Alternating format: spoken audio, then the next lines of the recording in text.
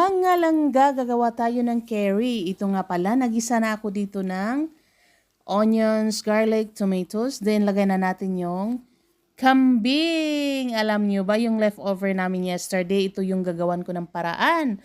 Dahil manok lang kasi yung kinain nila kahapon mga langga. Sayang naman itapon, kaya ito na nga at tinimplahan ko ng spices. Isa na yung turmeric, tsaka mixed spices pa. Then, lagyan natin ng konting salt mga langga at lagyan din natin ng beef cube para mas lalong masarap. At ito na nga, ang lambot-lambot talaga mga langga. Malambot talaga.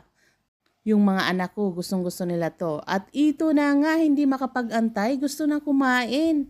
Naku, nauna na yung panganay ko, sumunod na yung bunso ko. Tara na mga langga, ito na yung dinner namin, o diba? Hindi natapon at mayroon ako ditong sausawan na bagoong na may chili. O diba?